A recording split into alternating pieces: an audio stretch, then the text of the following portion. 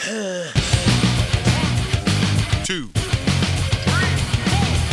Welcome. LoveLine with Adam Carolla and Dr. Drew. Would you sleep with sick women? I may be pregnant, but I'm still a man. Spank the unruly ones. It's indecent, it's vulgar, it's blasphemous. I'm gonna ride you till you can't stand up. Come on, let's go down. All right, keep your shirt on. LoveLine's meant for an adult audience. LoveLine may contain sexually oriented content. Listener discretion is advised. Here's LoveLine with Dr. Drew and Adam Carolla. Yes. Oh, yes. Yeah. Phone number for LoveLine, 1-800-LOVE-191. Fax number 310-854-4455. I'm Adam Carolla. That be Dr. Drew. Dr. Drew is a board-certified physician. Did Miss Visit. Now, just an update on the fart front. And finally, for just a second, I could have sworn there were a couple 80-year-old ladies sitting here talking about their bowel function. yeah, that was Drew. Drew, that was me and you. Yeah.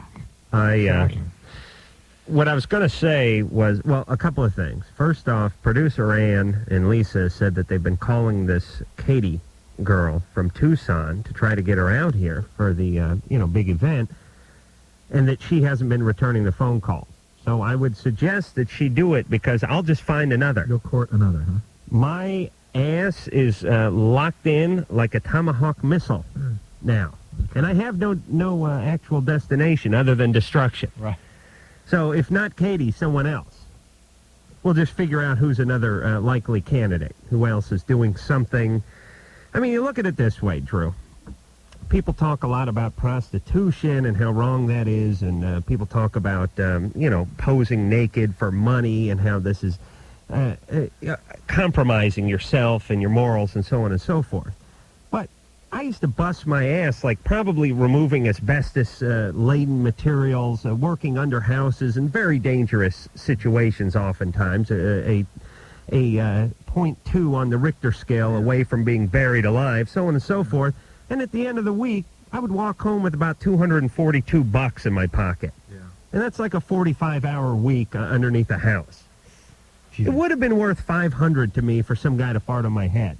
Yeah. I wish I could have found some sort of eccentric millionaire sponsor who would just fart on me. It'd take about a half hour a week. I'd have to go over to the guy's mansion, lie down there. Yeah, once you got into that, you never get out. Oh, where are you going? Well, I know what you're saying. It's a slippery slope. But who cares if you never get out? Even now, I'd probably use it to supplement my income. $500. So the point is, what is prostitution? My thing with prostitution is it doesn't necessarily have to do with sex. It has to do with compromise. You're doing something that you really don't want to do, but you're doing it for the money. In which case, prostitution is a better idea because what took me a day underneath a house, a woman could achieve in a parking lot in about 10 minutes. Yeah, thank you, Drew. There's just a lot more meaning and emotional sort of impact. Let's not get into that. The point is if Katie doesn't call back, we'll just have to work, we'll have to find another sponsor. How long are you going to give her? We'll give her a couple more days. Till and Sunday? Then, no, not till Sunday. She's had enough phone calls. Ann has called quite a few times. She's on vacation or something. She should be checking her messages. Got to her maybe and started saying, "What are you doing?" It's a possibility, but The same girl that was going to pose naked on the internet or something. yeah, I know, but now it's like she's talking about it, and people are talking about it, and people are calling in, and see, Ann, I look at this of as course it's been positive feedback all the way through. I look at this as more of an honor than I do a chore. I mean, even for her. You would. Hey, $500, and you get to hang out with the celebrities, Adam Carolla and Dr. Drew, everybody. All right, so I started experimenting with my diet tonight. Instead of it's working. No, it isn't. That one you heard right before we went on the air? Yeah. Fluke. Oh. I've had no consistency at all. Good. It did kind of smell, though. I went with my standby, which is something I haven't eaten for about 8 years, but I used to do it when I was doing the old construction. I'd get up in the morning, bowl of grape nuts, golden raisins, which for some reason seem to pack a little bigger punch, milk, and a cup of coffee. Sometimes a little wheat germ, and sometimes some of those dried dates. Nothing. It's been over 2 hours. Nothing. Just that pop you heard right before the mic's heated up, Drew. Why don't you throw a little kraut on top of that? A little sauerkraut? Yeah. Well, see, everybody has their own recipe and their own remedy and their own technique for this sort of thing, but we're all a little bit different. Yep. I'm not, like, Drew's over here and he's talking about bell peppers and garlic. For me, that doesn't do it. I think I need fruit and fiber, but I think my body may have changed in the last 10 years and it's not cutting it anymore.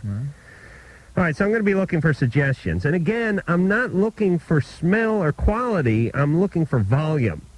You know what I'm saying? I don't want people calling in and saying, eat clams. That'll really stink it up. I'm not interested in the smell. I'm interested in producing. Well, you know where most of... there's a theory that not a majority, but a significant amount of gas that comes out the end of the line is actually swallowed air. Oh, really? So if you go just make an effort to swallow a whole bunch of air, like why don't you swallow a bunch through the show tonight? Okay, I just had one. Swallow a whole bunch of air. You know You what know, I I heard is a normally- dangerous Takes quite a combination? while. I normally don't swallow, but yeah, go ahead, Ann. It's chili and a big glass of milk. Oh, yeah. I See, heard if you that can get a little of that lactose Ooh. intolerance thing working, the whole idea is to upset yourself just a little bit without really making yourself sick. So if I could find something that I was moderately allergic to, or perhaps just eat some bad cheese but not rancid. I mean, something that's gone like milk that's a few days past the expiration date but not turned solid yet. Keep swallowing air. Concentrate on that. How do you swallow air? You know. I mean, like you're trying to make yourself belch? Yeah, All right. I'm going to try that because I'm really convinced. What And if he took a laxative the night before? yeah, that we could be in for a lawsuit there. But what about something I'd like that, throw in Drew? money for that one. Would that work? Possibly. How fast would one of those kick in? I mean, I'm going to need a contingency Well, that might plan be. Yeah, maybe here. we should have some Dukalax because that really gets things churning. He said Duke. Yes. Dukalax? Yeah. There's nothing called Dukalax. Dukalax. D-U-L. Uh-huh. And would that get things going within the parameters of the show? Well, there's a suppository. I get things going right away. Oh, please, Drew. No. Listen, I want $500 if I'm going to be doing that. Yeah, Suppository. it takes about a half hour for the... About a half hour? Yeah. So meaning if the victim, I mean the participant comes in and nothing's happening in the first 15 minutes, half hour of the show, I can then go to plan B. Yeah. Which is assortment of food and perhaps some of the Dukalax Yeah. there. Just keep swallowing the air. Just every time you think of it, swallow more air. All right, well, keep reminding me, would you? All right. What the hell else was I going to say? All right, the other thing I was thinking about on the drive in is the times I've had some of the greatest gas ever has been on dates.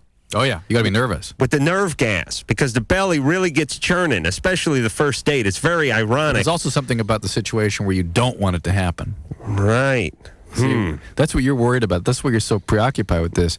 In the situation where you're in the clutch and you need to produce, Right. you're convinced it's not going to happen. Right. It's like when you're Maybe we could make this into a blind date type thing with this, whoever this girl is. Yeah, I think I may have to get some attractive celebrity type in here to really make me a little bit nervous.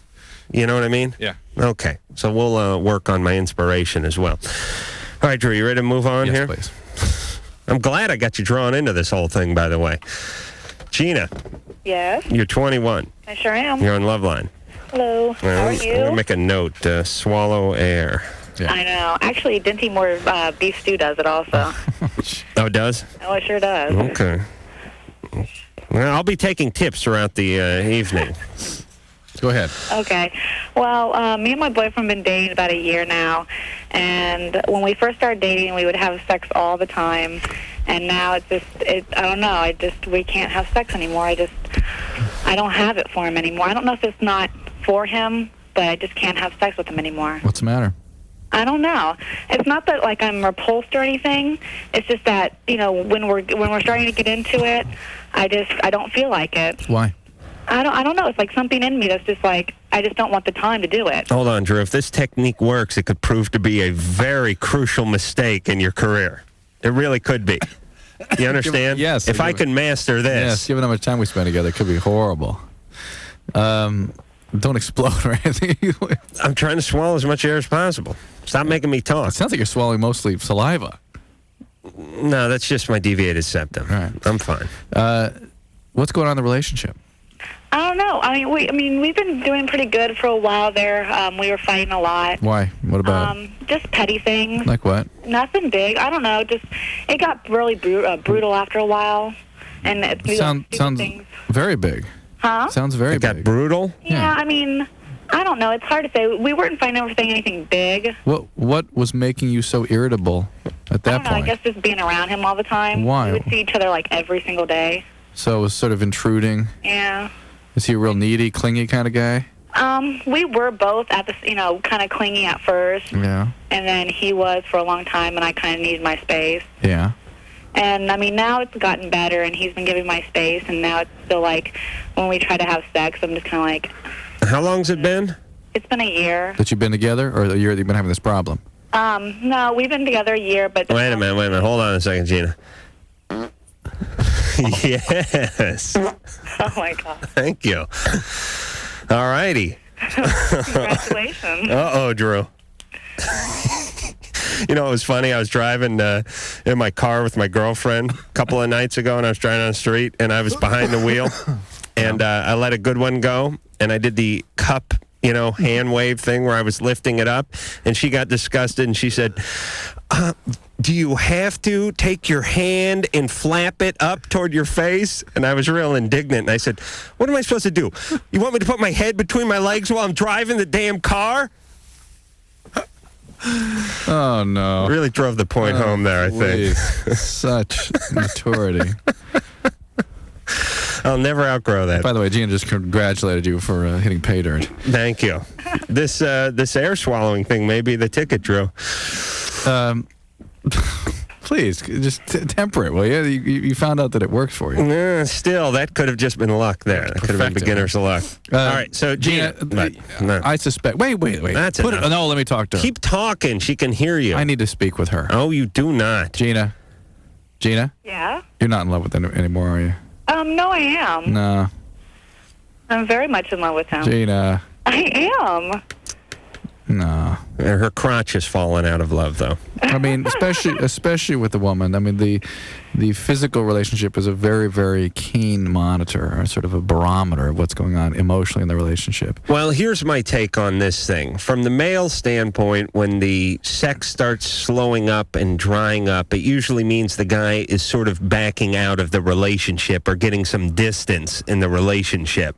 You know what I mean? And when the guy's pulling away, and when women do it, it means the guy's doing the same thing. It's because the guy's pulling screwing away. up. Yeah, he's pulling away. He's not available emotionally. Or he could just be screwing up. Or it really is not right. I mean, she's talked about this relationship in kind of vague terms. The guy's clingy and he's not available. All right, Gina. She's really not getting what she wants out of this relationship, even though the illusion is that of love. I just have to worry about the relationship. That's just 21. Marcus? Yes. You swallowing air? I'm breathing. Okay, good. What's up? Good, you're 26. What's happening? Not a whole lot. Just hanging out with my girl. All right. Called the line. I've been waiting on hold for a while, but I'm not complaining about it. What's going on, Marcus? Good. Hey, turn that TV down a little bit, will you? Marcus? Yes. What's going on? Just girlfriend and I are getting back together. Yeah? We're together for about a year. Right. Care about her a lot. I cheated on her. I got caught cheating on her. Let's listen to how that was phrased. Excuse me? He got caught, you mean? Meaning he's cheated more than that time, but he finally got caught. I didn't necessarily get that from that phraseology, Marcus. Thank you very much. Yes, I'm here to defend you. I appreciate that. How did she catch you? Friend of a friend. Mm-hmm. You told somebody, they told somebody, and... No. What? Told nobody. Well, how'd the friend know? I guess from the person I was with. You had sex with somebody who told somebody who's a friend of a friend? Correct. Okay. And how long ago was this? 2 months ago. And now you're trying to patch things up? We're back together. Uh-huh. Have you ever been caught doing anything like this before? I'm sorry, honey. See? She's in the room. Yeah. Yeah, she's right here. All right. Put her on. Let me talk to her for a second. Hold on 1 second. Okay. Hello. Hey. Hi. What's your name? Karen. Okay, I'm Alan. Okay, Alan. And that's David, Dr. Dave. No, it's Mark. What's going on? His name's Mark. Okay, all right. Tell him Marcus' full name. Don't matter. Marcus. Oh, boy. Could you imagine hanging out with these two? All right, why are you taking Marcus back? Well, I'm pregnant. With his child? Yes. Okay. Otherwise you wouldn't. Well, He cheated on me, and we went to counseling. Oh, you did? Mm-hmm. What happened to counseling? Well, it worked, and then he did it again. Oh, imagine that. So I Well, guess it didn't work. well, he didn't actually cheat while he was in the counseling office, did he? No. Well, then it was a complete success, wasn't it, Drew? What kind of stuff came out? Hold on. You two going to counseling. Was this some sort of court-appointed counseling? No. Really? Yes. Who paid for this? We both did. Wow. Because these guys sound like Bonnie and Clyde. Calling from some motel room or something, don't they? Yeah. No. I see like Marcus like cleaning his pistol while she's yapping on the phone and rubbing her belly. A bunch of room service spread out all over the place. What came out of therapy? What kind of stuff came out in the counseling sessions? Actually, he had been to this therapist before. Yeah. Before I knew him. Yeah. And we went back to her because he was comfortable with her. Yeah. And it started out just being for the infidelity. Yeah. And then it came out that he was drinking a bit too much. Yeah. And she told him that he had, an alcohol problem. Has he done anything about it? What's that? Has he done anything about it? No. Hold on a second, Drew. Hold on a second. Oh, yeah, it's coming. This is a great technique, Drew. So glad I enlightened you. It's going to be a long, long night. What the hell line was she on? All right, so this is an interesting dichotomy because he's going to the therapist with her, but he's been which before. I wouldn't have guessed in a million years talking to these two. But he keeps up the behavior that's sending him to the therapist. Right. That's right. Right. And there's an antisocial quality to all this. Well, I mean, after that, then the therapy stopped because we stopped going. Yeah, but you understand? Yeah, he's not going back because that's the whole thing about that couples therapy is you get in there and just take your lumps. I mean, if you were a bad boy on Tuesday and you're heading in on Wednesday, you are screwed. Does Marcus have any criminal history? Nothing major. Okay. It just has this antisocial feel to it. He really doesn't empathize. I got a little of that fugitive thing going from him. But it's all about a lack of empathy for his girlfriend, and he just doing whatever the hell he does. Right. And because he feels entitled to do it. And, oh, my God, that child. Oh, boy. What was the girl's name? That was Karen. Karen, just... Karen, you have to do what's best for your kid. Yes. That's it. Yeah. If he's a bad influence, if he's a negative presence, then you go it alone. Yeah. But you concentrate on the kid so that then we as a society don't have to concentrate on the kid in about 16 years. Yeah. Am I right, Drew? That's it. Hi. Megan. Hey, you're 50. No, you're 17. You got it. What's going on? Well, about 2 months ago, I lost 70 pounds. I used to weigh 190, now I weigh 123. Wow. And I was going to ask Dr. Drew if I had a couple of stretch marks on my stomach and my arms. Mm-hmm. And I was going to ask those if they go away or if they fade, like after you lose weight. Yeah, stretch marks do not go away. Oh, really? No. How tall are you? 5'6". Mm-hmm. Well, how'd you lose all that weight so fast? I didn't lose it in 2 months. I lost it 2 months ago. But it took me like 7 months to lose it all. That's still fast for 90 pounds. Very fast. Well, basically what I did is I cut my diet down to 950 calories a day. Mm-hmm. And I did like low fat, no fat, and I exercised. I just took walks and ran. Wow, you did it like a normal, sensible human being. Yeah, I wasn't sticking my finger down my throat. Were you working with a dietitian? Amazing. Or anything? What's that? Were you working with a dietitian or anything? Yeah, I did actually. I went to my doctor recommended one. Yeah, and right. she kind of set out a meal plan. Well, it actually worked. Well, hold on. Let me ask Drew something about this whole thing. When I was on that godforsaken cruise ship, I was running on the like the one treadmill that they had. Right. And I was looking at the, I'm good for about 10 minutes on those things before the wheels start coming off. Yeah. Like one of those old Keystone Cop movies where the car stops and the, hood blows off, the wheels go flying out in 4 directions.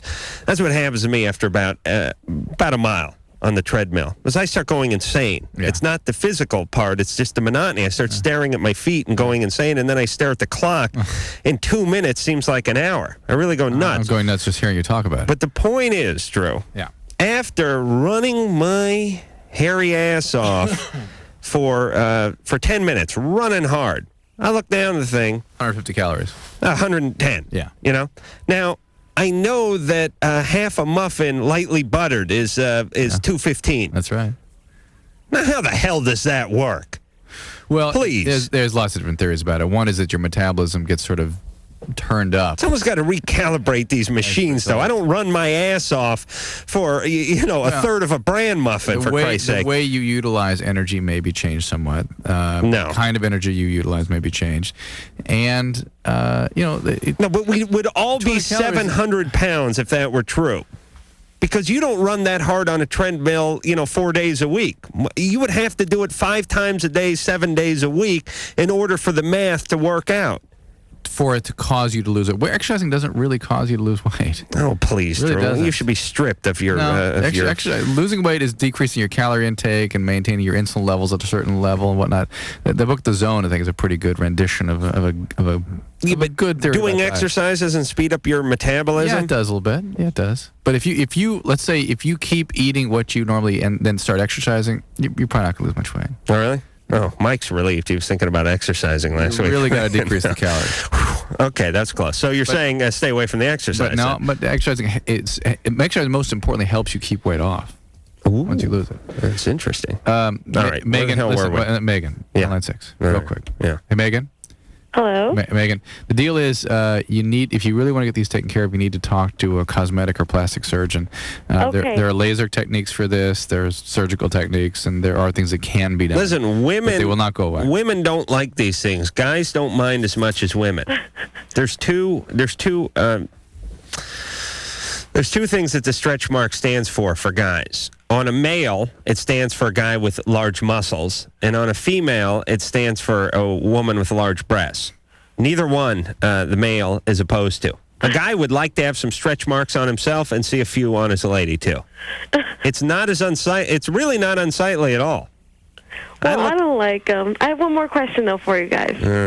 No, it's not bad. Yeah. I don't care. Well, I always had a bunch of friends before I lost the weight, but now it seems like I still have the friends, but they treat me differently. And I had boyfriends before, but now I haven't been asked out ever since I lost weight for 2 or 3 months. And I was just wondering, I've been treated a lot differently, kind of more negative than positive, around school. And I was wondering why that might be, because I haven't changed how I dress or my attitude or anything. All right, a couple of things. A, people despise an achiever. I can't stand when people do things that are really positive for their life. Number 2, people feel comfortable talking to fat people because they're usually so gregarious and open and friendly, and they look like, they're just dying for someone to come up and ask them out on a date, and everyone just feels very comfortable, and they just go do it. You know what I mean? It's the same with ugly people. You take somebody and tell them to go speak to a celebrity, and their mouth gets dry and their teeth start chattering. And some girl came up to me and said on the boat, this little 17-year-old girl, she was real nervous. She goes, "Oh my God, are you who you think I am?" And I don't think, and then I farted. I don't think she would have done that if she was just talking about someone she went to high school with or something like that. So what you may be dealing with is people, when people lose weight, they get a little attractive. They walk with their head held up, and they walk with their shoulders pulled back a little, and they feel a little better, and they walk a little prouder, and then people get intimidated. Well, the friends she formed were the friends she formed when she was that person. She changed. Okay. All right, Drew. Yeah. I'm going to swallow more air. Oh, beautiful. You swallow your pride. I did that many years ago here on this show. Good. And we'll be back.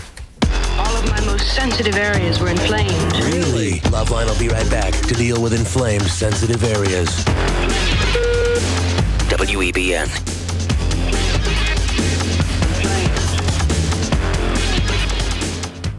We're not keeping you up, are we? I'm pitching a tent. Oh, that's good.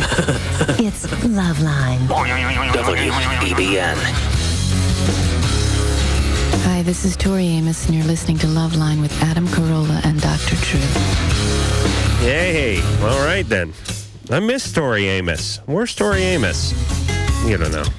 What do I know? All right. I like her. Get her back on again.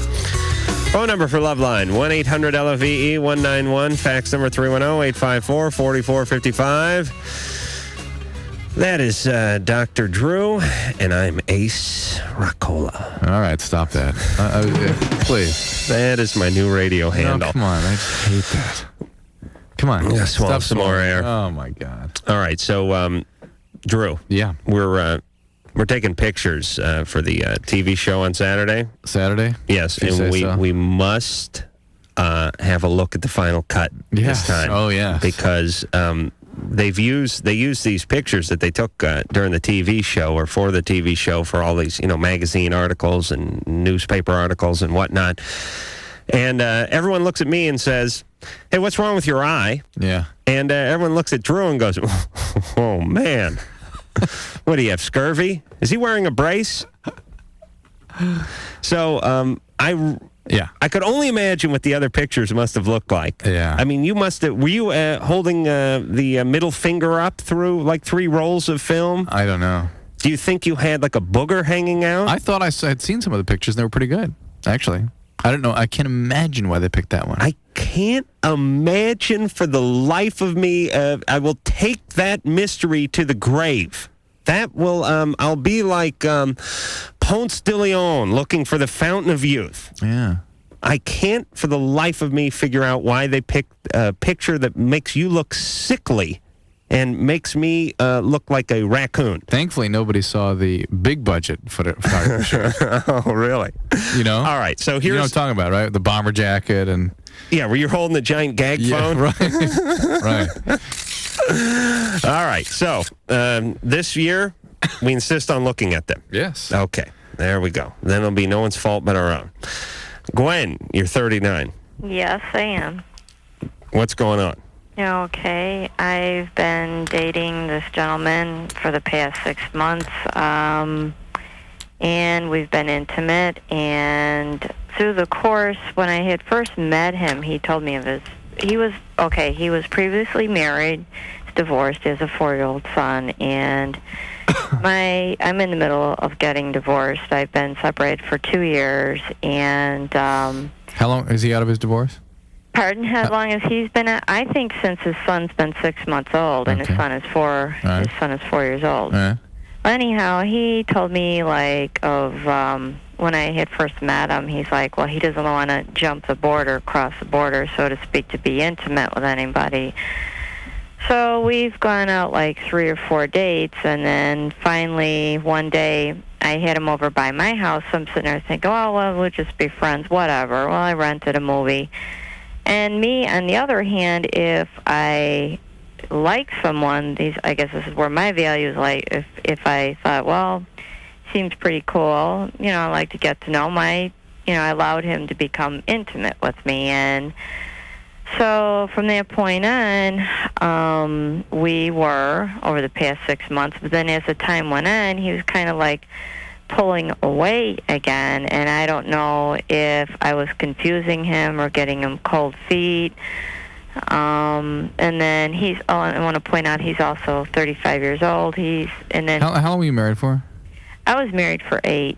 8 years? But I've known my ex for 18 years old. Was he your only relationship?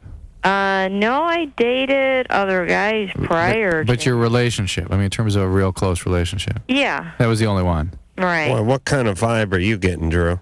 Well, just that... Besides the boring vibe. Just that this is the way relationships go. People get intimate and then things don't work out. Somebody starts pulling back. And you want to know why she's confused by this. What's so confusing? This is how human relations go. This is just it. What's confusing always for women is, how can he be intimate with me and not be in love with me? He continues to have sex with me, so there must be some feelings there. And don't confuse that. Men can have no feelings. In fact, anti-feelings, typically.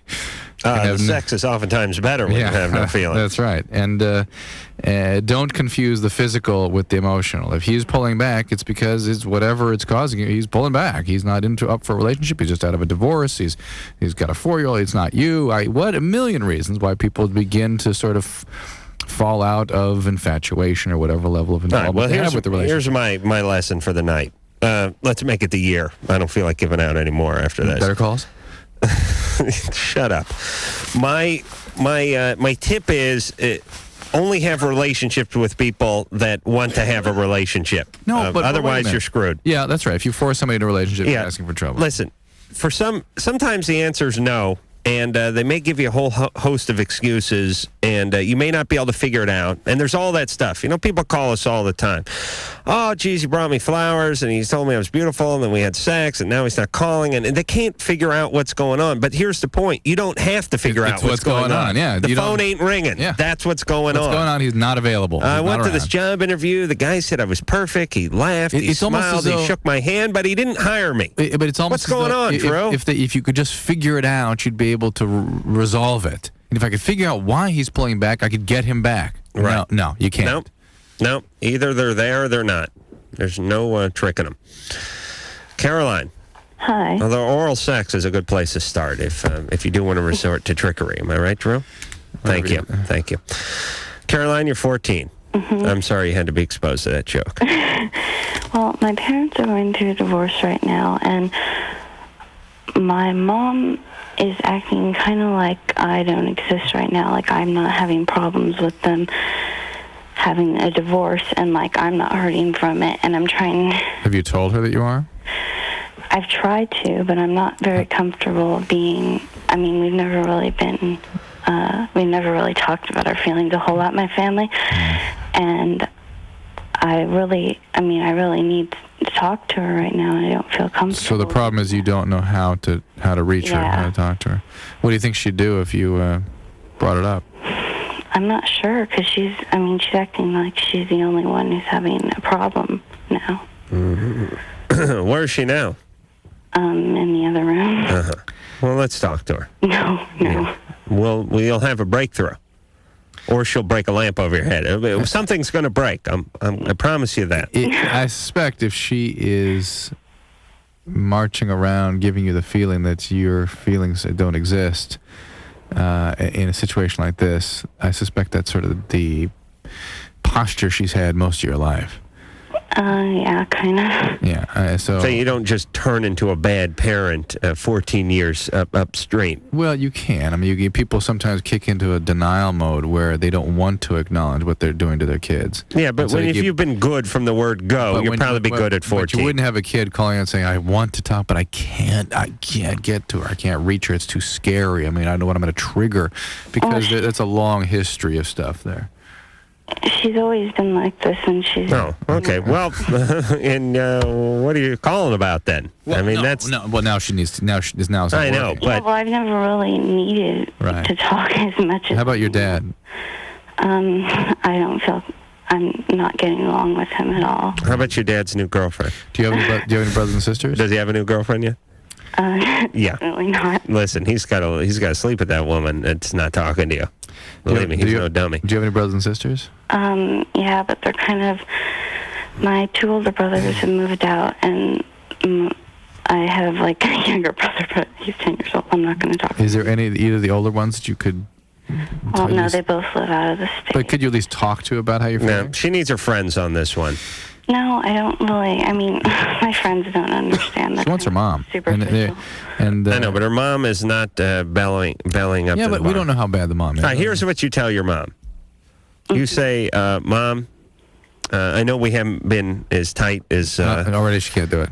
They can't? The problem is she cannot step forward as a separate person and ask to be counted, because that's overwhelming to mom.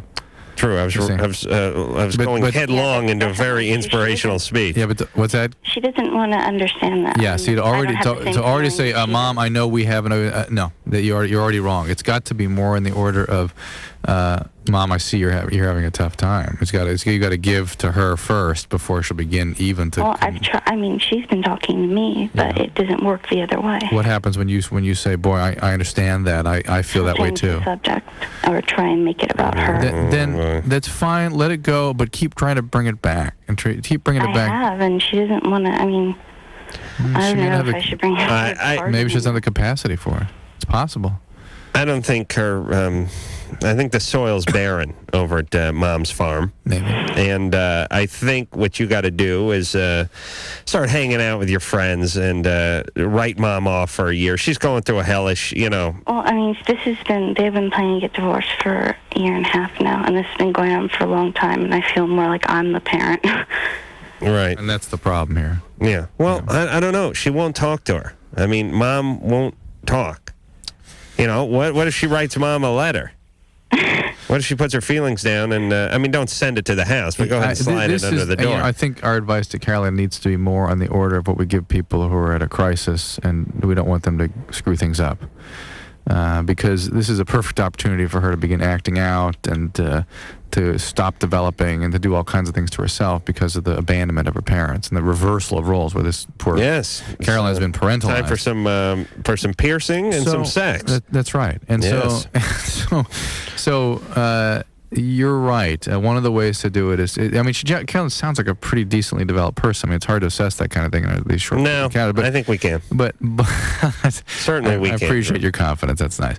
But you're right that for her to stay connected in genuine relationships is really what's going to get her through this. To the extent that she has the capacity to choose quality people and can make connections, stay connected with them, she needs to rely on that wholesale right now, and hopefully that'll get her through. I'm presuming that she's... All right, I'm swallowing air. All right, we got to go to break, but I think I got something right before we go in. All right, you ready? Let's see if I can send us out with a little something.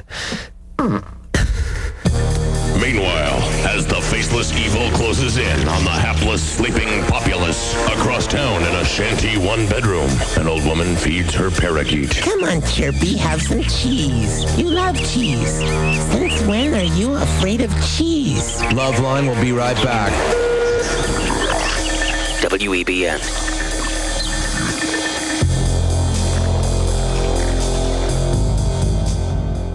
Not hard to swallow. We've got a frog in our throat. Lick it up. It's LoveLine. WEBN.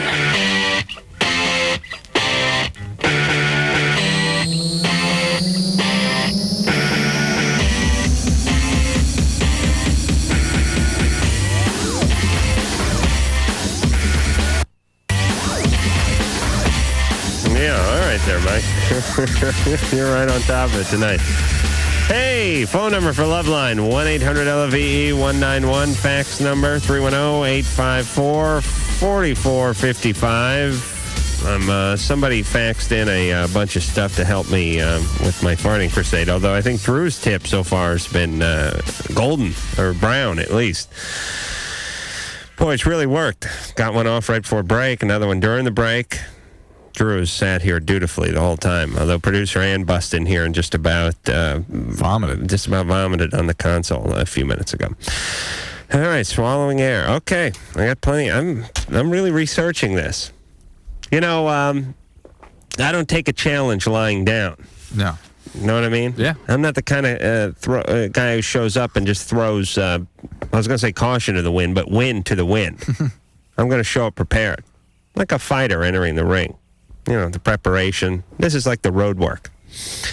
All right. We ready to go here, Drew? Sure. Yeah. Heather. Yeah. You're 24. Yeah. What's going on there? Well, I'm concerned, I suppose, about my tendency to be codependent, leaning towards my past history and everything. But were your parents an addict or alcoholic? My father was, but my mom joined the Army and went to Korea and came back and took us away from him. Uh-huh. But then when I was 6 years old, everything went yucky. But the question is how to behave in a way that is not falling back upon those old patterns that were... Well, see, that's my ultimate goal, is to not fall upon them. There's no relationships. Who you were in this familial pattern. Right? And one of the ways is to try to develop yourself differently. Develop yourself with friends. Take chances with different kinds of people. And develop yourself in your professionally, or whatever it is. Yes. Yeah. And then maybe you'll slowly make choices that are outside of that old pattern. It's scary. The sort of outside of the old patterns for the codependent is abandonment and nothingness and all kinds of scary feelings. And then you start getting into the depression, or say perhaps the that's right, and bulimia or anorexia that you dealt with because you used that to escape what it was that you were in. What's going on in the background there, Heather? You mean in the background of my house? That's my raven. I have a set of twins. How old are they? What was that whole? 11 months.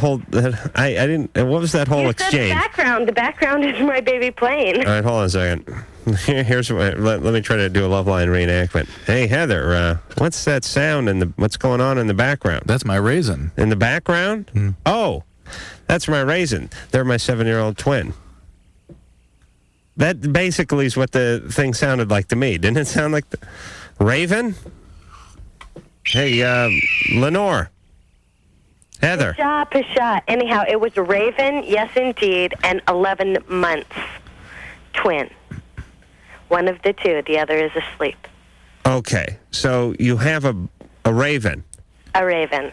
A crow. And Anaya. You have a pet crow? No, that's what I named her. Oh, you named your kid Raven?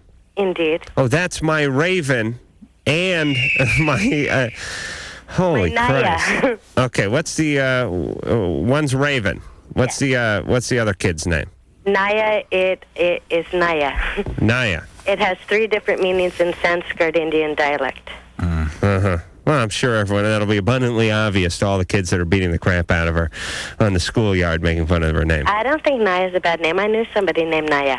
No, it's a pretty good name. But, here's what I generally oppose in this society. Everybody trying to carve out a personality for their infant before their infant has a personality by dubbing them something. Oh, what that's... does that have to do with my question? And everyone's got a... they always give you the middle name, too. When you ask what the name of the kid is, they go, that's Crystal Rain Lamar. And I always feel like going, just tell me the first name.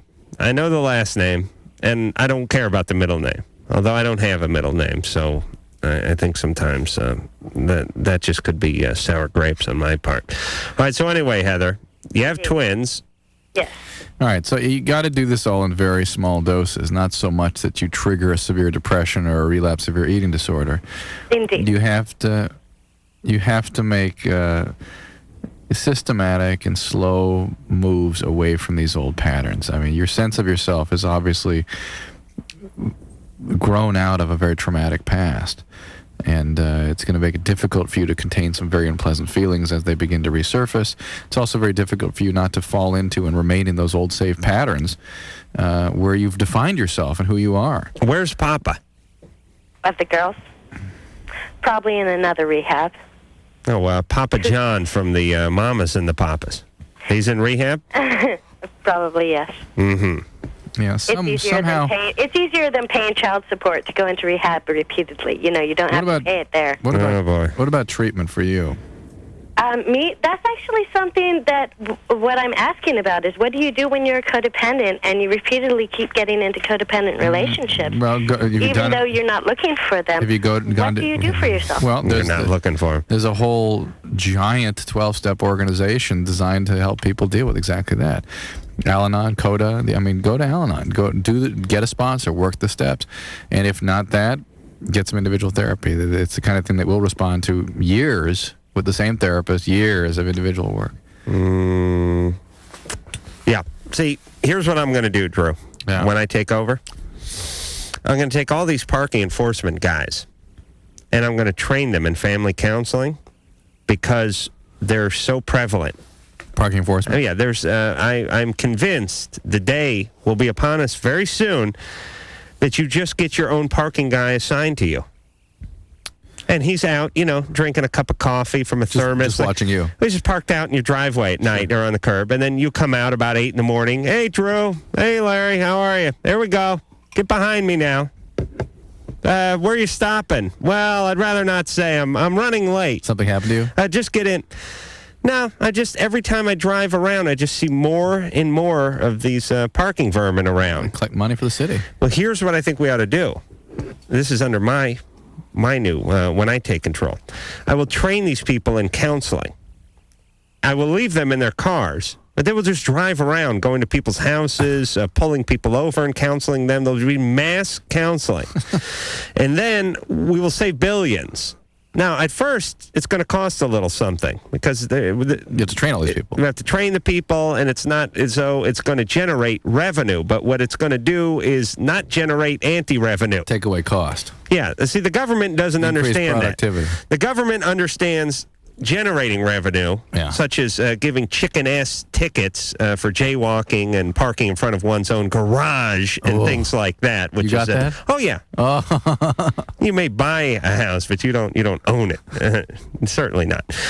The point is they'd rather have their $25 that way, but spend several $100,000 on a couple of fatherless children who are going in and out of the penal system. Yeah, or maybe a few million on some long-term penal. That's right. Penal.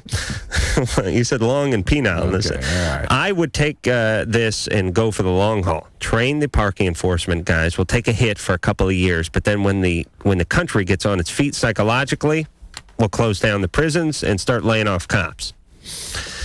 That is the Shangri-La I have planned for all of you, my lovelies. Oh, hey, if you smack something hard enough, like this phone bank, it actually works. That's great. Shelley. Hello? You're 33. Yes. It's always weird when I think, man, is this person old? And then I go, wait a minute, I'm 33. Yeah, all right. What's going on? Well, let me shut the door. Okay. All right, let me just put you on hold there forever. Please. People, don't call up if you have a list of things to do when we pick up and talk to you. Let me close the door. Let me turn the radio down. Let me go get my cousin from the next room. These are all things that need to be taken care of well in advance of us speaking to you on the air. So we'll just go ahead and put Shelley on hold for a few more minutes. We'll go to our traditional break, and we'll come back, and I'll chastise her more. The voices are trying to throw me off while I'm trying to concentrate on this. Okay, you're safe. Thank you. LoveLine will be right back. WEBN.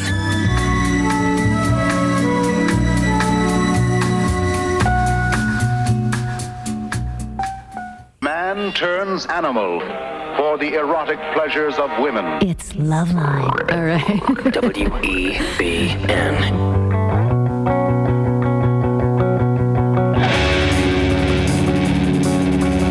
Hey, LoveLine. Adam Carolla, Dr. Drew. Just reading more gas facts here. Apparently, air is the main culprit. And methane-producing bacteria. Yeah, but it says here, according to Gas Digest, there fermented hundreds. Let's see. Yeah.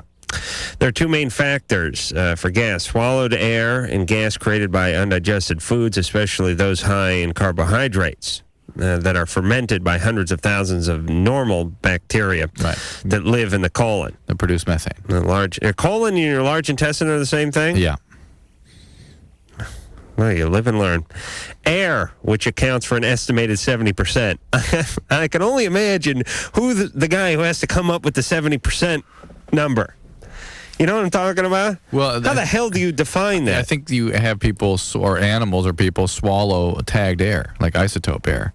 All right, hold on a second. Hold on. We're going to get into how you tag air in a moment. We got to go to our little 10-second break. I'm just guessing. That's how they do it. I mean, you can. All right, but air. I don't even know what isotope air is. So radioactive. Would you shut up, please? Really? Okay. We'll be back in 10 seconds. This is LoveLine on Radio Station. We're the G spot on your radio dial. Oh, right there. LoveLine on 102.7. WEBN, Cincinnati. Hey, it's Fartline. I'm Adam Carolla. I'm Ace Rockola, and that is Dr. Drew. Now, phone number, 1-800-LVE-191. So, Drew. Yeah. How do you... I'm just guessing. I've never done isotope air is radioactively charged air. Yeah, something you could follow. You can how much goes in, so you can see how much comes out. Really? And then what else is there? What do they use that for? What? Use radioactive it's air? Like a scene from Green Acres. I just finished saying I don't know if that exists. I'm just I know how those kinds of studies are done. I'm just guessing maybe that's how they do it. So you're saying you're not aware of any study which I've can not read any study. Monitor the volume of gas or air that you take in and the amount that you that passes through I you? imagine they must have something that's measurable going in, and they measure it going out. And the kinds of things, studies that are done when people are doing that sort of thing, usually have to do with radioactive isotopes. Because otherwise, any gas is just a crapshoot. Yeah. Okay, thank you, Drew. Where's the drum roll, please? Thank you. Day late and $1 short. Duly, everyone. Eric, you're 32. Yeah. What's going on? Actually, I want to get an opinion from probably Dr. Drew about my girlfriend. She is in prison now for murder. And I used to be her boyfriend a long time ago, like 10 years ago. And then when I found out she got involved with this, I just got involved with her again. Anyway, she went... What? Say that again? When I found out she was in jail for murder... You got involved with her again? I got in touch with her again.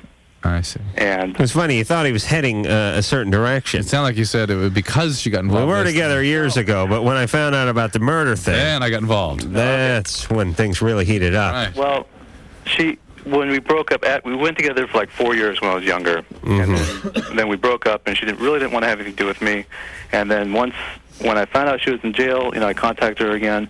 And I guess being in jail, you probably want somebody that you can talk to. So anyway. Yeah, you get less choosy when you're incarcerated. I'm sure it works that way with sexual partners, food, just about everything, recreation.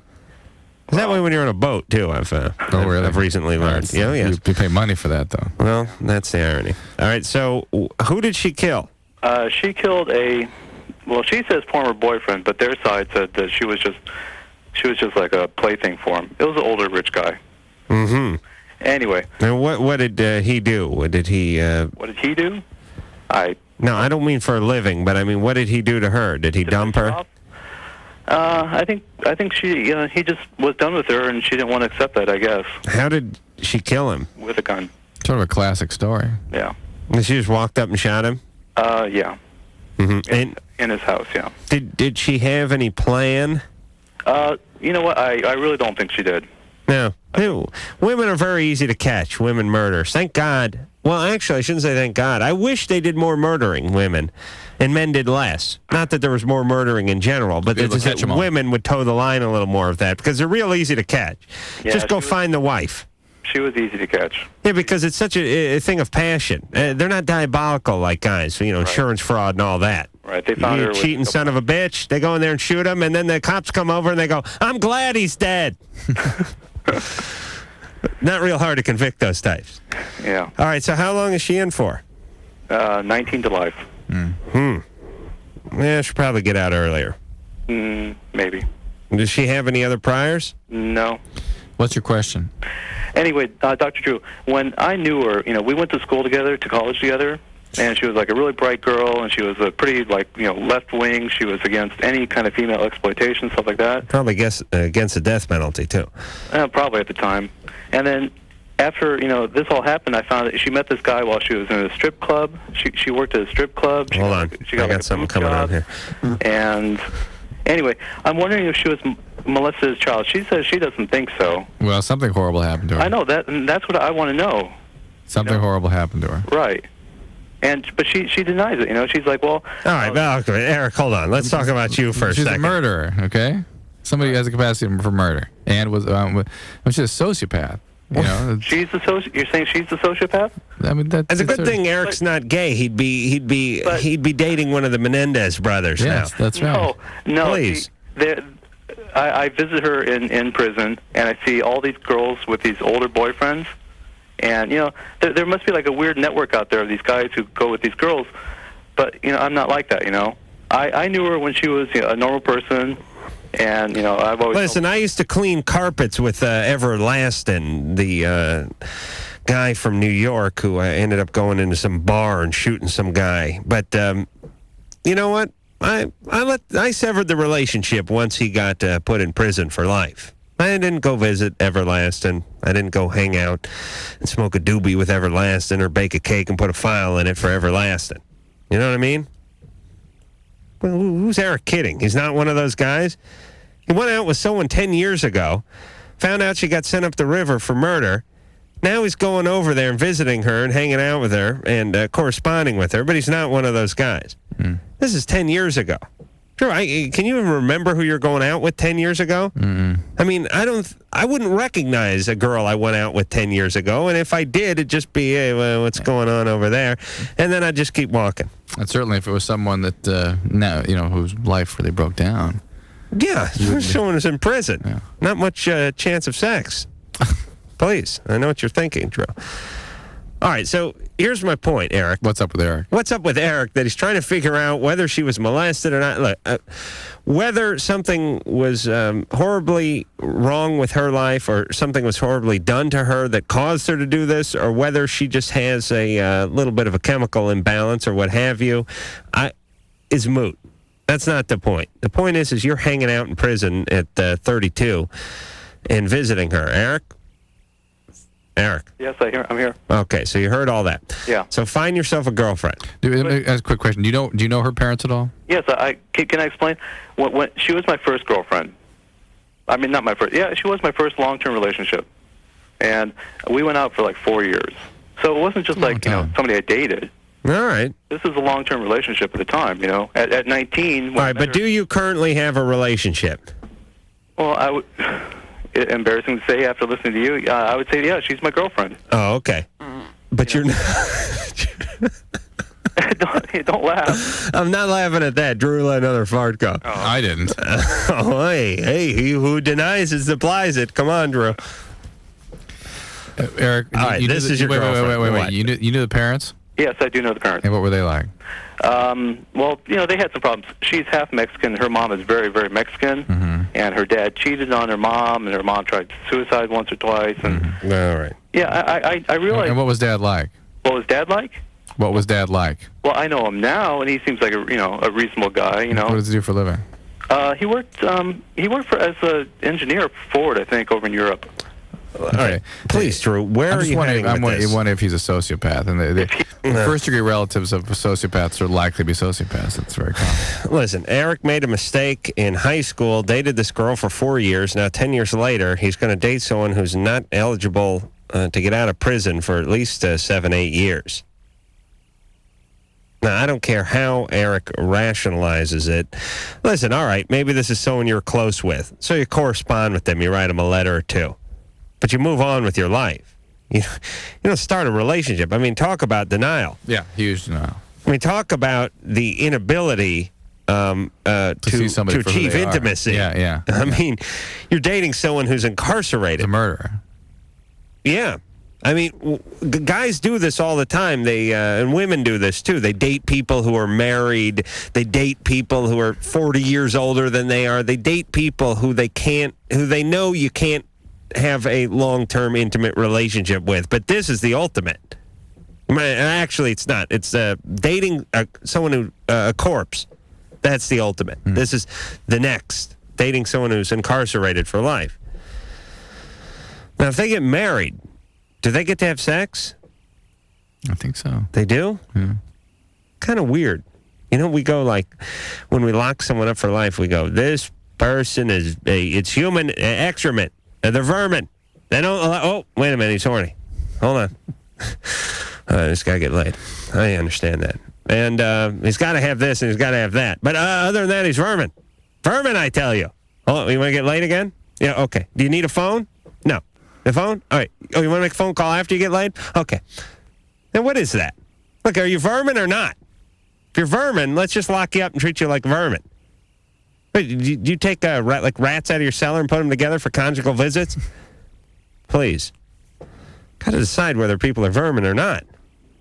If not, you might as well let the guy go. There's people probably getting laid in prison much more than I am. I'm sure. I know more than you. Shelley. Yeah. All right. And tell your wife not to call in. I know she has to call in whenever I make a comment like that. There they are? So just it's because you're not relax. there. Hello? Shelley, you're 33. Yes, I am. Oh, yeah. You're the one that had to shut the door. Mm-hmm. Okay. Well, everything good in the house? I guess. Okay. What's going on? My husband's going through midlife crisis. Yeah. Tell us a little more. Can he buy a car? What? Is he buying a car? No. He's gone off the deep end of life. What's he doing?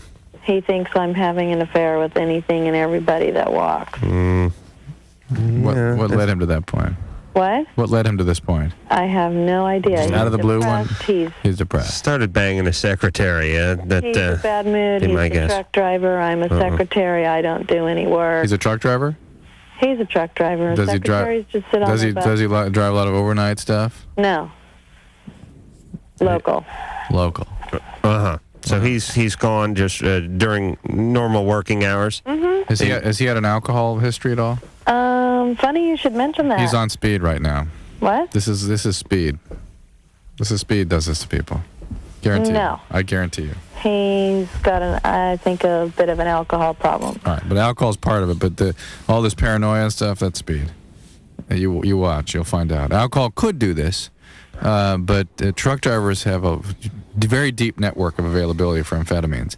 I've treated a million truck drivers. Thank goodness. And But they do DOT drug testing. Hold on, there's a truck driver's paging Drew right now, wanting to score. And it's very easy to get around all that testing, if you know what you're doing. And It is. Yeah. How old is he? 36. Yeah. He's not really in the midlife crisis yet. All that parent. Well, I don't know, it's driving me out the door.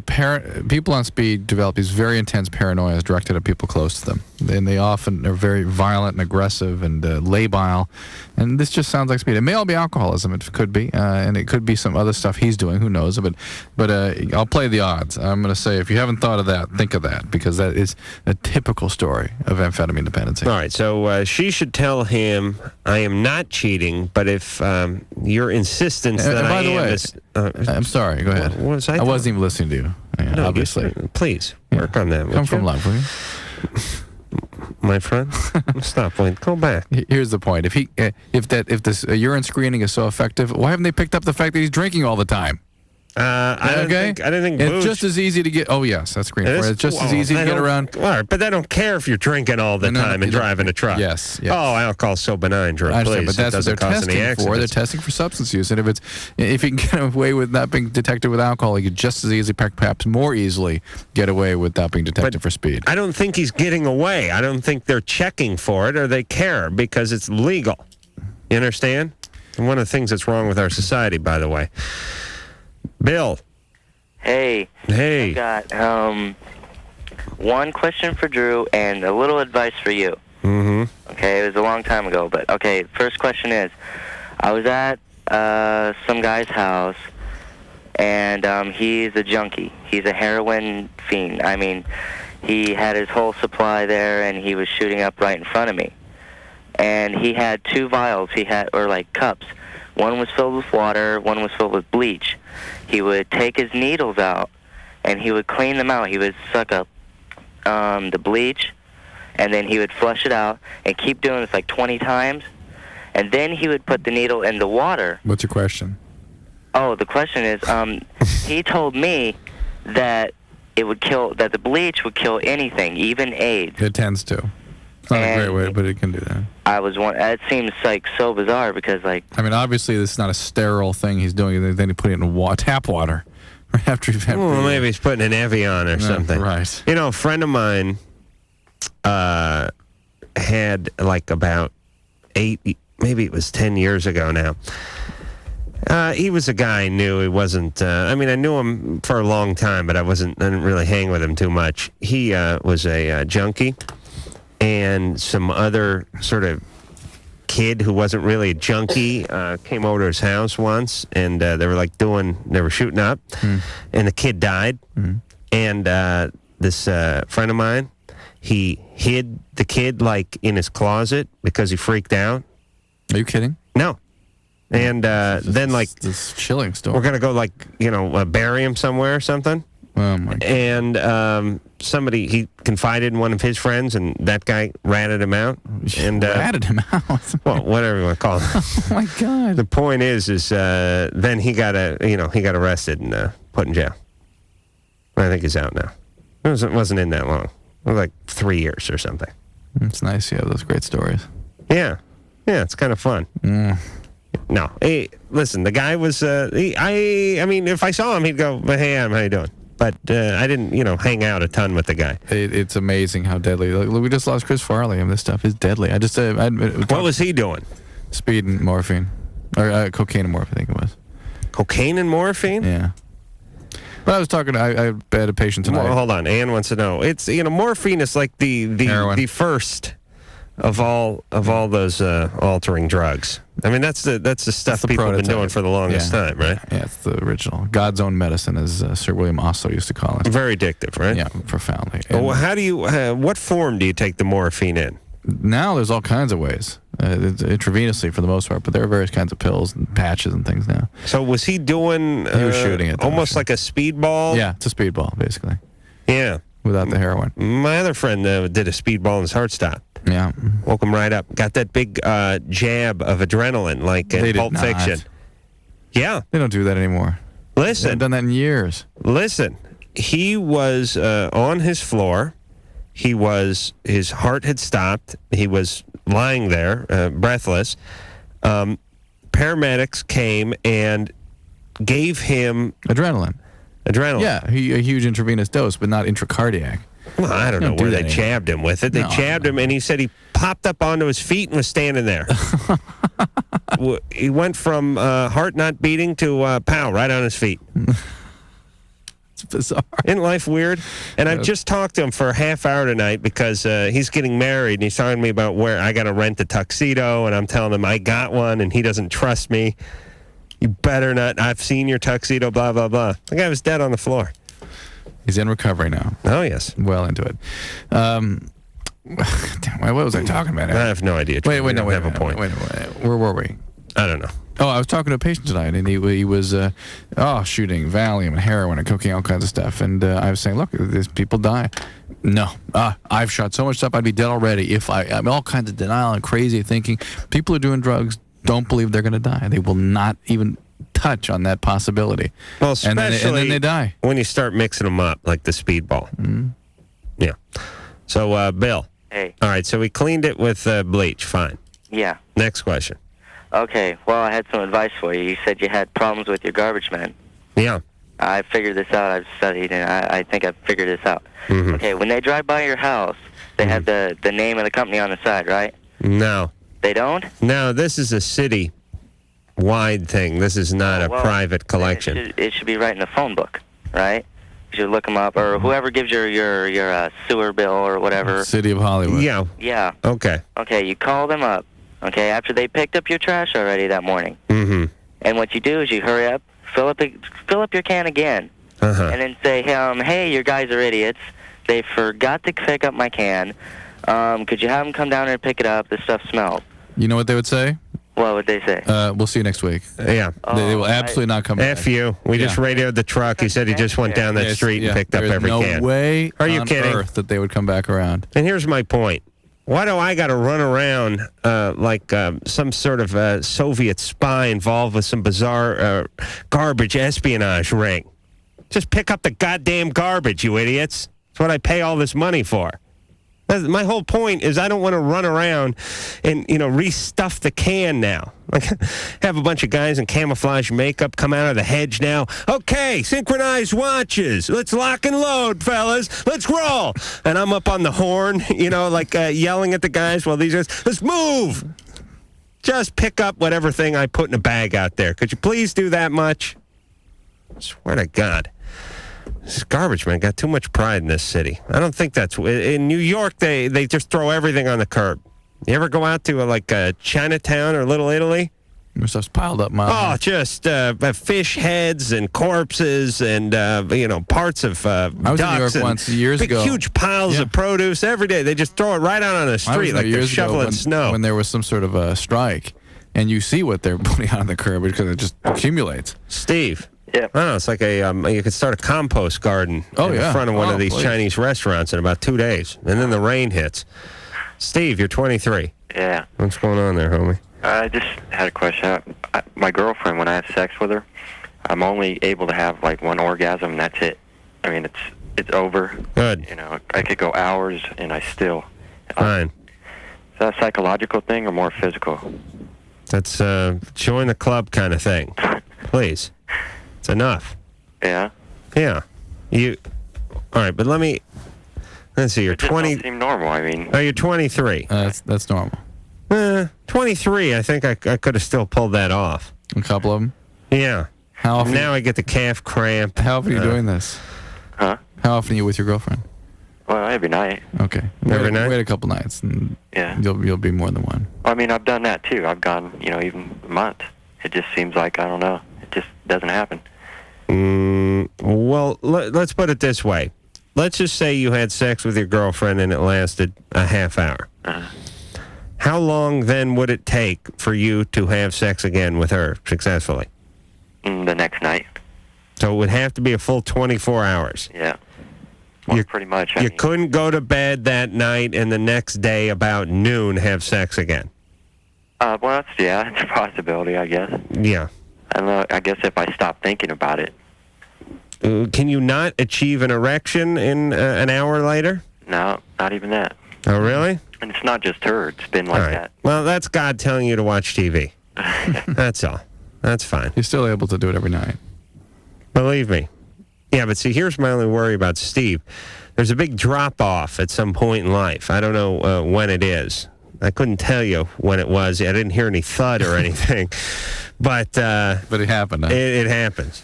Yeah.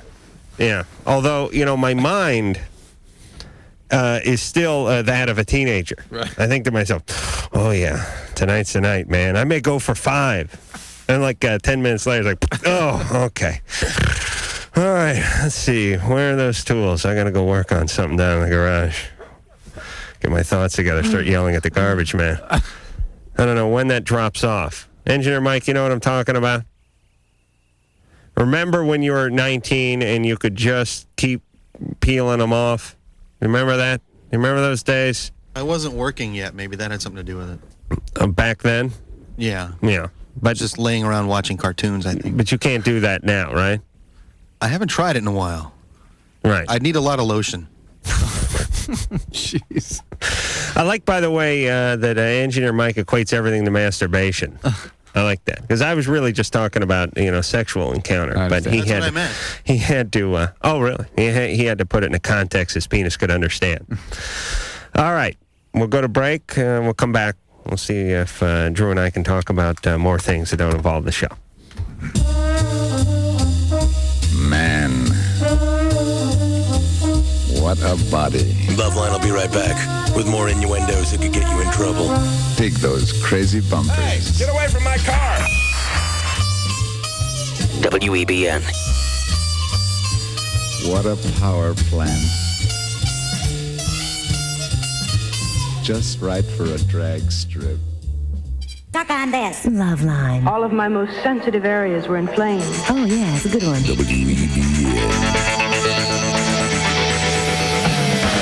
Hi, this is Ken, Chris, and Jay from the Squirrel Nut Zippers, and you're listening to LoveLine with Adam Carolla and Dr. Drew.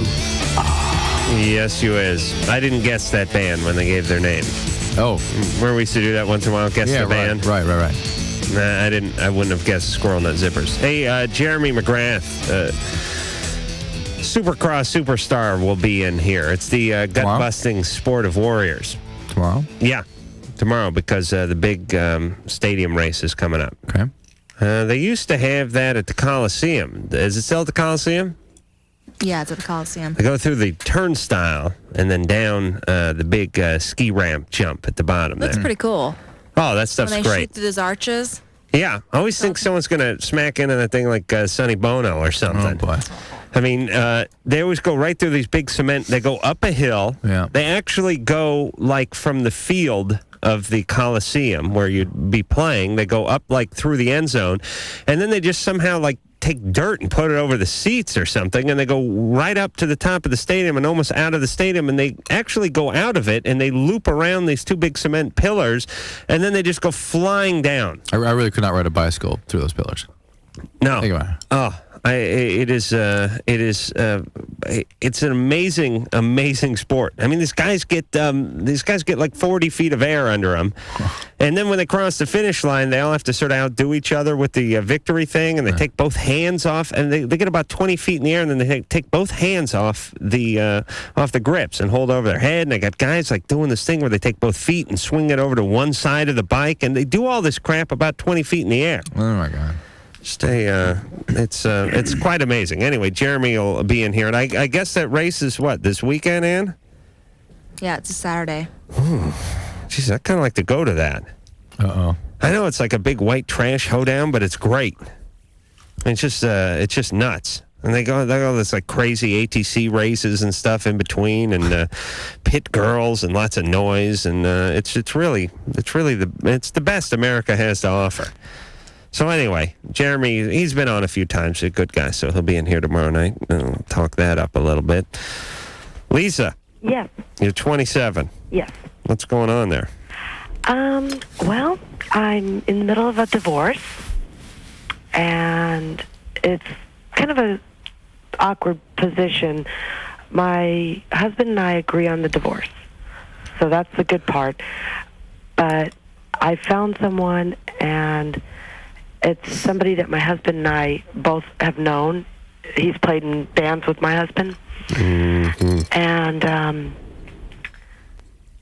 does your husband play the drums? no, The he's bass. a bass player. Bass, yeah. You're moving up. You're moving up to like lead guitar, maybe singer. Well, yeah, the guy that I like is a singer. Right.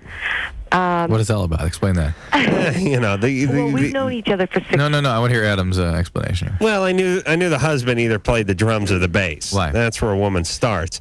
And then if she's ambitious, she makes her way. She's a climber. She makes her way to lead guitar. Possibly, actually, she's kind of jumping one. She should go lead guitar and then into singing. But I already dated somebody that was a lead guitarist. I see. All right, but it's not in your husband's band? No, that's not my husband's band. My ex-husband, soon to be, real quick. Right. But you're dating this guy he knows. No, not really dating. What is that attraction to the guys in the band? Explain that to me. That's the whole problem. What it was is that we have been friends for 6 years. And my husband's been friends with him for 6 years. And that's all it was just a friendship. And then something more revolved out of it. Needless to say, we've slept together. Uh-huh. Are you still living with your husband? No. Oh, God, no. All right, what's your How long have you been separated from your husband? Oh, for Christ's Probably sake. about 4 months. Okay. How long ago did you sleep with the guy? Probably 2 weeks ago. Mm-hmm. All right. And yeah, she had her eye on this guy when things started going bad. This is the my bullpen theory. Mm-hmm. Well, you didn't know you did, but you did. Well, finish up the divorce and. Well, more or less what's going on, though, is that we've told a lot of personal things to each other. It's just really weird, though, because he'll call me once in a while, and we'll go out and do something, or, come over and we'll watch a movie or something like that. But then he won't call for like 2, 3, 4 days. This is the new guy? Yeah. Mm-hmm. So what? He's in a band. Do you expect him to call every day? Actually, he's not in a band right this moment. Is he your boyfriend? No. Okay, why do you expect him to call every day? Well, I don't know. Maybe because Hold on a second. I want more. Oh, jeez. Come on, Lisa. You stepped right on my line. Sorry. All right. Well, Lisa, what is with your relationship? What? What is with your relationship? Ann, come here. I want to talk to you about something. I just for $500. I want more in the relationship than. Whoa, babe. We're doing now. I want us to be dating or something. Hold on, engineer Mike. Can we get some more cord on Drew's mic so we could do the show from the hall? Wow. Oh, that's a good one, isn't it, Drew? Yeah, Lisa, you spoke right when I was doing some of my best work of the evening. Sorry. Well, that whole air swallowing thing has turned out to be good. Oh, okay. And maybe I was wrong about my fruit and fiber theory. Perhaps I just didn't give it long enough. Yeah, we have to start earlier tomorrow night and see how that works out. Oh, boy. What's your question? You want to start a band? No, I would like more out of what we have, what we are now, and I'm not sure if it's because he may be intimidated that because he knows that could be, or he may not be interested. I'm guessing it's the latter. Or he's just doing he's just dating. Yeah. So go ahead and see if you can push it ahead. On the other hand, you just got out of a marriage. You couldn't take a little Lisa's time off, or you have to go find a guy to... immature in her dealing with relationship. Very clingy and... well, I got to get this another guy in this band. Yeah. And my husband and I, we're not even divorced, but yet I'm in this new relationship with this guy in the band, and I got to really push it along. He only calls me every 3 days. Yeah. I got to get something full-time going, baby. Every day. Let me stop the Lisa for a second. Lisa, you have any kids? No. Okay, good. Let's keep it that way. Okay? For a long time. All right, take a little break, would you? I don't plan on having any. Lisa, Lisa, you pretty chaotic family you came out of, perhaps? Well, I was adopted and abused by a family. Okay, that's good. That's what we're talking about. All right, don't live your life from one relationship to another, Lisa. Just live your life. You know what I'm saying? Don't count on the relationship aspect of it so much. Further acting out of that abuse. This is a still residual of that, and until you get out of that pattern, you're in for a world of hurt. Yeah. From one abusive, idealized guy to another. Right. Unavailable. Right. Drew, close the door. It's getting drafty in here now. I see the cleaning crew walking around out there, and one of them's going to fire up a vacuum in a second. Don. Yeah? You're 18. Yep. What's going on there? I was just wondering about cervical and ovarian cancer. My mom has had both. My grandmother has had both, and my aunt has had ovarian cancer. So it kind of runs in the family. And I just recently became sexually active, and I'm taking birth control. And I was reading the little leaflet they give me, and it says that if it runs in the family, that you are at risk of that. Well, the earlier you begin your sexual activity, the more partners you have, warts or herpes all increase your risk of cervical cancer. They don't necessarily they do not increase your risk of ovarian cancer. Those are two very different cancers. Okay. Because I go in for my first checkup later, but... Yeah, you got to go very, very regularly. Okay. Very regularly. And just make sure you're following. How often? Well, that'll be up to the gynecologist. 3 times a week? Maybe at least a couple times a year. Just careful screening. Cervical cancer, as you're well aware, is completely preventable. It doesn't have to even develop, but you can... Hold on, Troy. No, Adam, please. Adam, no.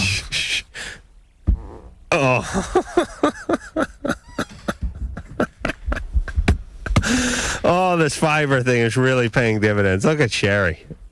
She is just completely disillusioned over there. She's not dealing with the...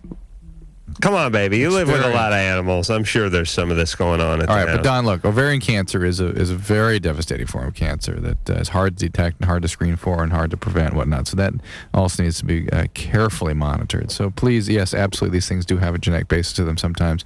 And clearly there's some family predisposition in your situation. So get monitored very carefully. You know, the beauty about my ass, Drew, is it's shrouded in so much mystery. You know, the hair, you mean? The one I let like 5 minutes ago, that was bad, right? Yeah. This one, nothing.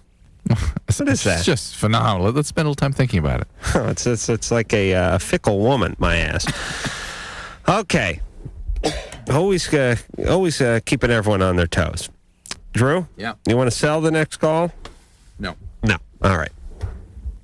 LoveLine listeners beware. Somewhere out there tonight is Earl, the human goose. He's known for sneaking into your house while you are not paying attention. Quacking like a goose, but really it sounds more like a duck. Oh, he's really quite insane. LoveLine will be right back with more information. WEBN. Oh, yeah, right there. It's LoveLine. On WEBN.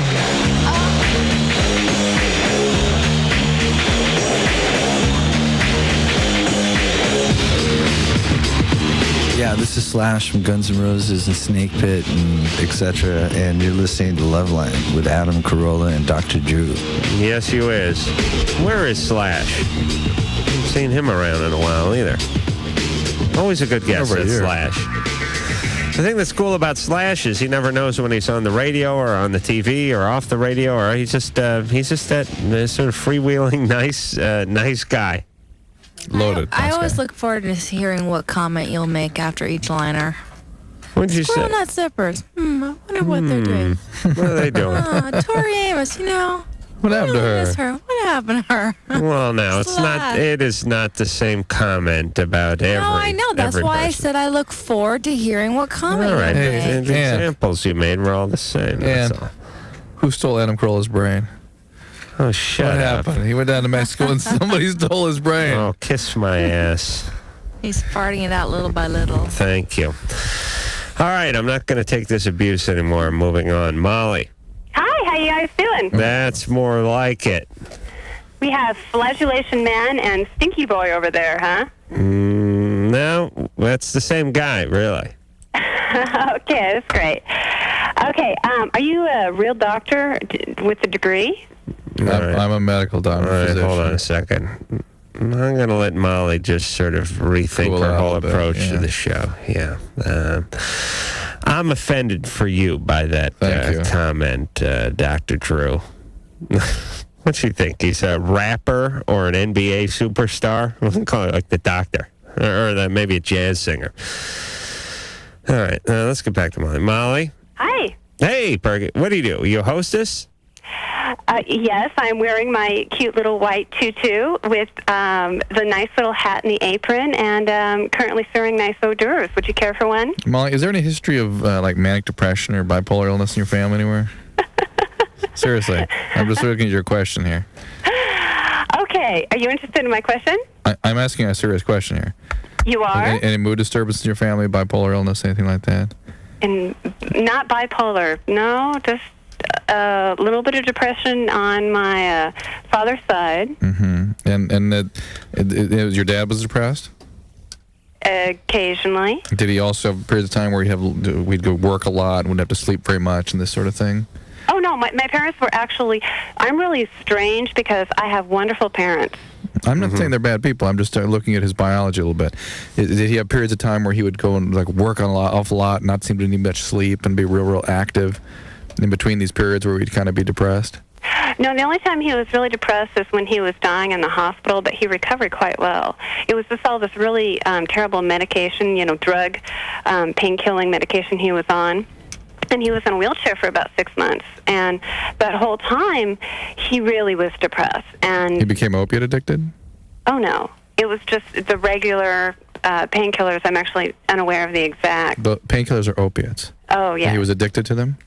I'm not aware of that. See pictures him sitting in a Shanghai bar with a big hookah pipe or something in front of her.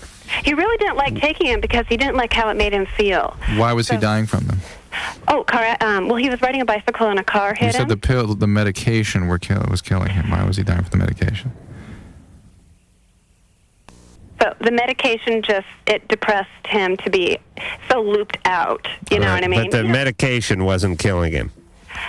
No, the car almost killed him. Mm-hmm. Boy, Molly's quite a puzzle. Molly, what do you do for a living? What do I do for a living? Well, I raise 2 beautiful children. Oh, man.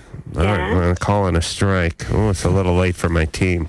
I also have... They're usually drunk by now, my team. I'll call them in. We'll get them in there first thing in the morning. Yeah, what else? Okay, do you want to hear my question? Well, you have 2 kids? Yes. You married? Yes. A wonderful husband that I thoroughly love and accept 100%. I understand that people, individuals do not change. You have to love them unconditionally and understand that. Well, what's he doing? What's the problem? What's he up to? Okay, this is the situation. What do you mean you have to love unconditionally for what? Everything. You can't get into a marriage expecting that you could change a person. What's the problem with your husband? What is it you're concerned with? Well, it's not his problem. I mean, it's a joint situation. You always have to look at it in that way. Okay. Prior to us getting married, I had a very different sexual behavior. I still am, I don't want to sound cocky, but I have like the sexual appetite of like an 18-year-old male. I'm very energetic. I really like to do very sensuous, romantic, long, slow licking inner thigh. Engineer Mike's head just popped up from behind the console when he heard the licking. Yeah, it was great. Not dirty, not what I would consider like, anal intruder, vibrator stuff, but just really extremely erotic. And I mean, I just got the greatest pleasure in giving bigger and better orgasms to my mate. And I never considered me. Because I figured the more I give, the more I get reciprocated. It's just all kind of a yin and yang thing. And I had, a really great sex life, monogamous when I was with someone. Right. And I was always under the impression with all these boyfriends that I had, and some of them were older, like to the 27 was the oldest person. And all right, but what would your question be tonight? Oh, my question is, my husband is extremely prudish and Catholic. He cannot achieve an orgasm without having to have some kind of like interference, like a laughter or a joke. There's absolutely no foreplay, totally does not want me to engage in anything sensuous or romantic. I can not put on anything but white cotton panties. I can't put on any lingerie. He laughs, he jokes. There's no touching. We've been married for years, and he has actually, with his fingers, touched my vagina or any of those places like maybe 5 times, and that's when I begged him to on my birthday. Is that 5 times a finger, or is that 5 times overall? Like 5 occasions during our relationship. I like when people answer my questions when they're just obviously ridiculous. All right, so Molly, let's get back to something. We got to get back to you, Molly. Quiet for just 1 second. I want to get back to the part where he can't have an orgasm without some sort of verbal outburst. Oh, no, it's not a verbal outburst. The whole thing is he has to be in some kind of... Tell me if I'm saying this wrong, David. He's on the computer.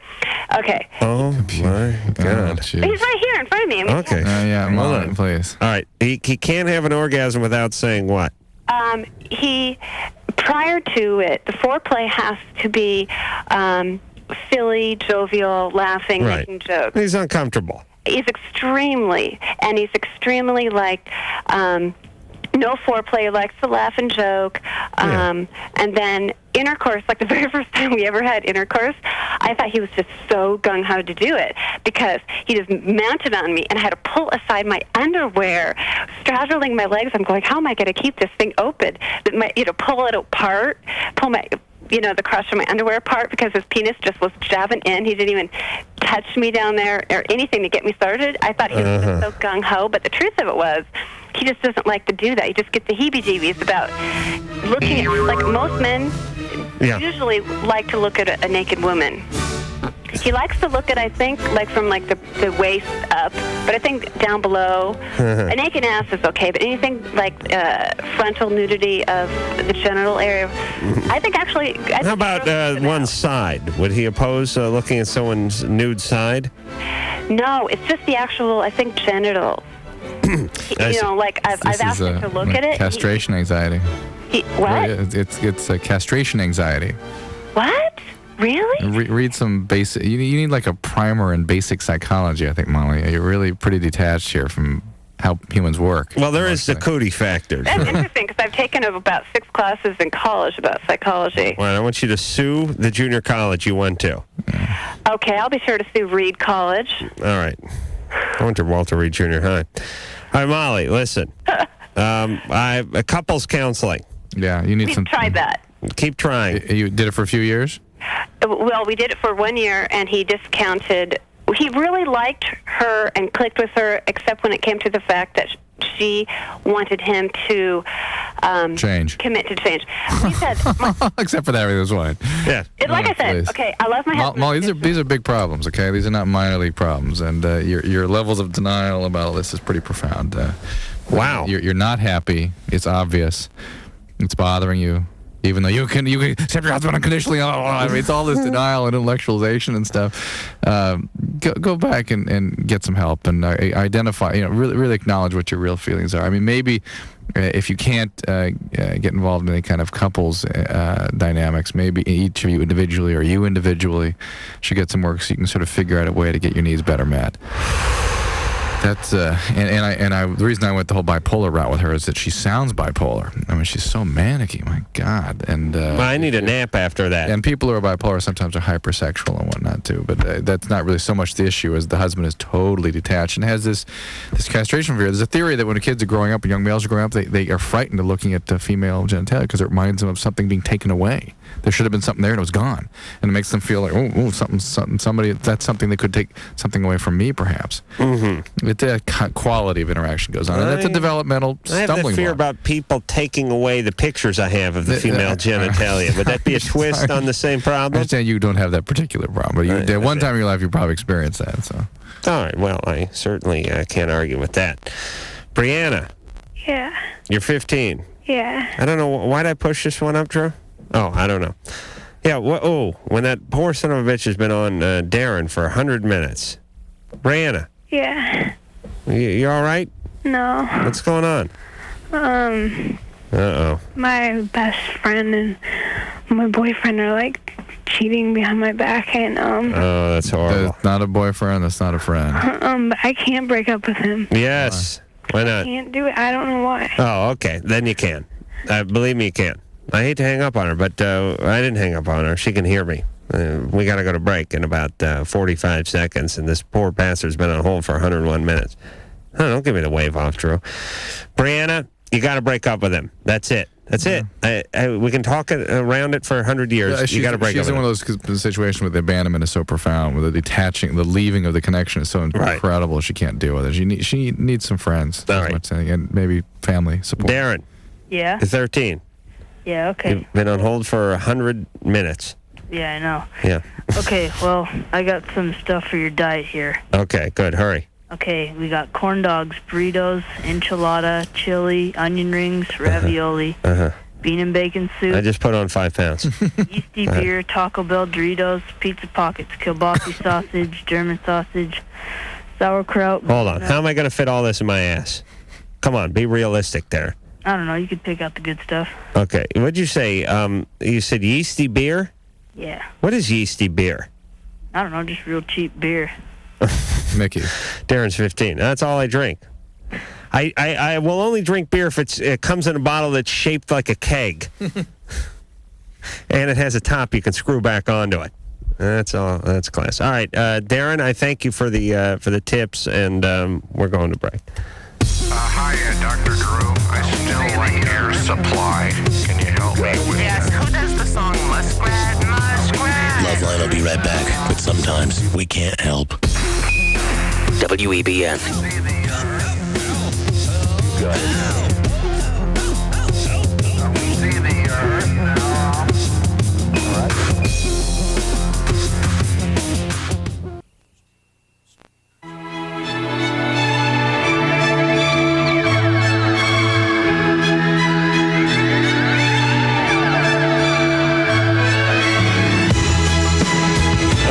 Again, kiddies, tomorrow night, the most successful rider in AMA Supercross history, Jeremy McGrath, will be in here, and we'll talk all about it. I want to thank the beautiful Lisa, the lovely Sherry, of course, the one producer, Ann, for putting her feminine thing on the show. And what could the show be without the fabulous One Nut Wonder? When he's not masturbating, he's thinking about masturbating. So, until next time, this is Adam Carolla for Dr. Drew saying mahalo. This has been LoveLine. The opinions expressed herein are not necessarily limo service for LoveLine guests provided by Fox Limousine. And it certainly wasn't for me. LoveLine producer Ann Wilkins. This broadcast was copyright 1997 Westwood One Entertainment. This music is MXPX on Tooth and Nail Records. Sit, Obo. Obo, stop dragging your butt across the carpet.